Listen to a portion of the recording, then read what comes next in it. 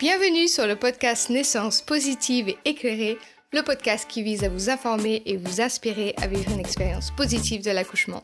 Ici, on parle de vos choix, de la science, des outils pour surmonter l'intensité du travail, du déconditionnement et du compagnon de naissance, quel que soit votre projet et vos désirs. Je suis Laura Aimée Lewis, votre hôte, ancienne ingénieure docteur en Formule 1. Je lâche tout et me forme à l'hypnobirthing à Londres à la fin de ma première grossesse. Une évidence pour moi, je décide de me consacrer à aider les femmes à être informées et préparées pour cette transformation fabuleuse. J'espère qu'en repartant d'ici, vous aurez hâte de vivre cette expérience. L'accouchement impacte le reste de votre vie. Alors, êtes-vous prête à vous sentir forte, sereine, fière, confiante et responsable? Si vous aimez ce podcast, je vous invite à le noter sur votre plateforme d'écoute favorite. Enjoy! Bonjour à toutes et à tous, aujourd'hui on se retrouve pour le 20e épisode du calendrier de l'Avent 2022 pour préparer une naissance positive. Le sujet du jour est comment encourager le travail naturellement. Alors pourquoi est-ce que j'ai décidé de faire cet épisode? Si vous avez écouté l'épisode sur le déclenchement, vous avez peut-être entendu que le taux de déclenchement en France est quand même assez élevé. On est une femme sur 4 à peu près. Et l'impact que ça a sur la maman et son bébé, il m'a semblé bon d'inclure quelques alternatives pour vivre une expérience plus positive si on a besoin d'encourager le travail parce qu'il s'est ralenti ou il s'est arrêté.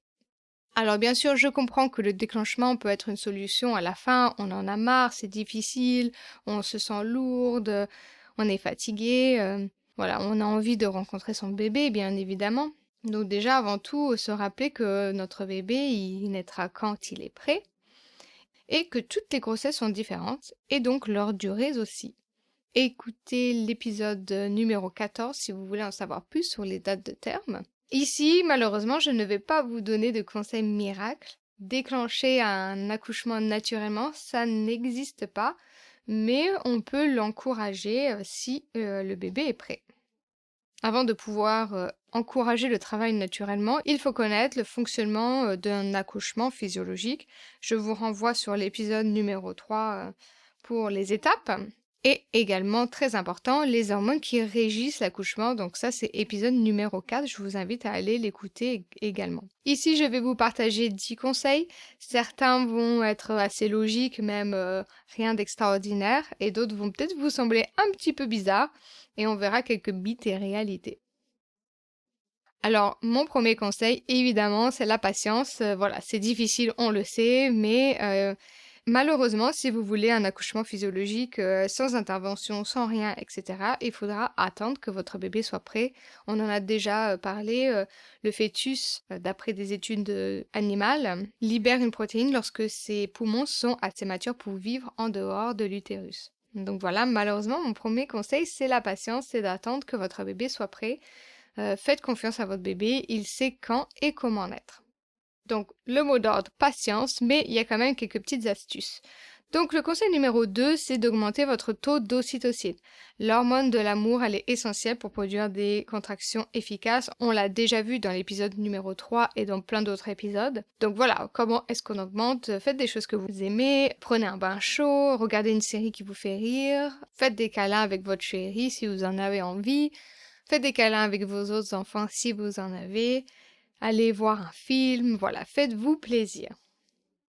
Ensuite, conseil numéro 3, c'est de bouger, bouger, bouger, bouger. Donc, quand c'est vers la fin de votre terme, allez faire des longues marches, pas trop longues quand même parce qu'il faudra garder l'énergie au cas où vous commencez le travail. La gravité pourra aider le bébé à se mettre dans sa position optimale et potentiellement commencer à appuyer sur le col de l'utérus et qui lentement commencera à se dilater.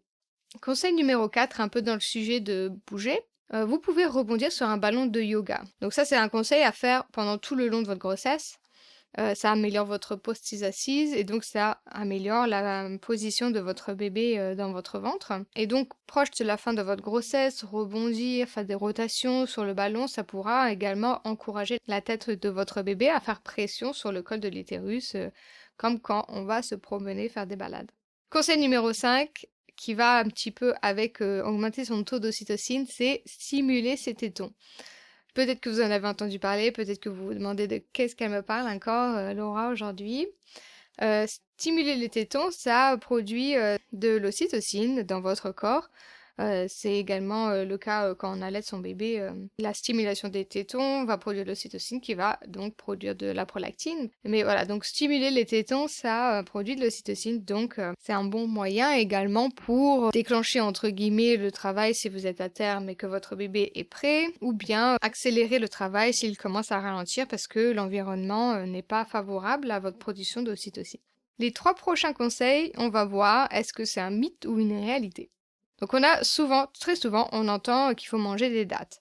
Il y a beaucoup d'études qui ont été réalisées pour savoir si la consommation des dattes, ça avait un effet ou non sur le travail. Ils ont démontré qu'il n'y a pas spécialement de corrélation avec une augmentation du travail spontané pour les participantes qui avaient consommé les fruits. Mais par ailleurs, il y a eu quand même une diminution de l'utilisation de l'ocytocine synthétique de synthèse pendant le travail. Donc, il n'y a pas de contre-indication à en manger, mais c'est pas dit que ça va déclencher votre travail. Et là, on parle des femmes qui en avaient mangé plusieurs par jour les semaines avant leur date de terme. Ensuite, on a conseil numéro 7, manger épicé. Le manger épicé, en fait, ça va irriter le tube digestif. Donc, potentiellement, ça peut augmenter les contractions.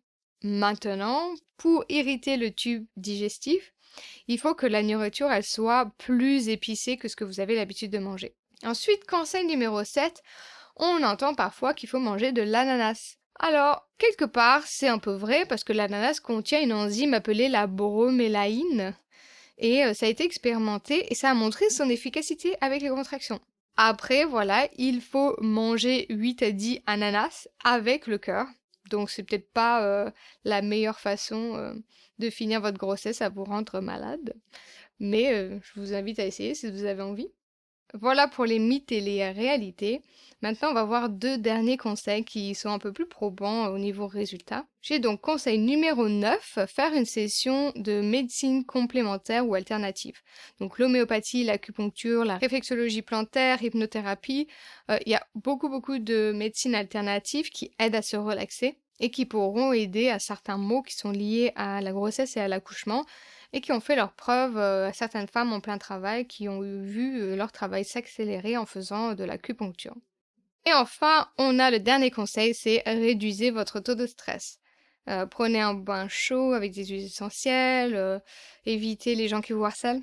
Donc la meilleure chose à faire, c'est, comme je l'avais expliqué dans l'épisode sur les dates de terme, ne donnez pas votre date exacte qu'on vous a donnée pendant une échographie, soit donnez-leur un mois, donc par exemple fin mai, début juin ou juillet, etc. Et si vous avez déjà donné une date, juste ajoutez-leur 2 semaines, ils auront peut-être oublié votre date de toute façon. Et s'ils s'en rappellent, vous pouvez très bien dire que vous avez eu une nouvelle date lors de votre dernière échographie. Réduisez également votre consommation d'internet avec des recherches Google. N'écoutez pas les gens qui vont vous dire que votre placenta va se détériorer, ce n'est pas vrai. Regardez plutôt des films qui vous font du bien, des vidéos d'accouchement qui sont beaux et positifs. On voit un max d'ocytocine et un minimum d'adrénaline. Je suis désolée, je n'ai pas plus de conseils miracles pour déclencher ou pour accélérer votre travail, mis à part d'augmenter votre taux d'ocytocine naturel. Je comprends qu'un déclenchement à la fin, ça peut être tentant.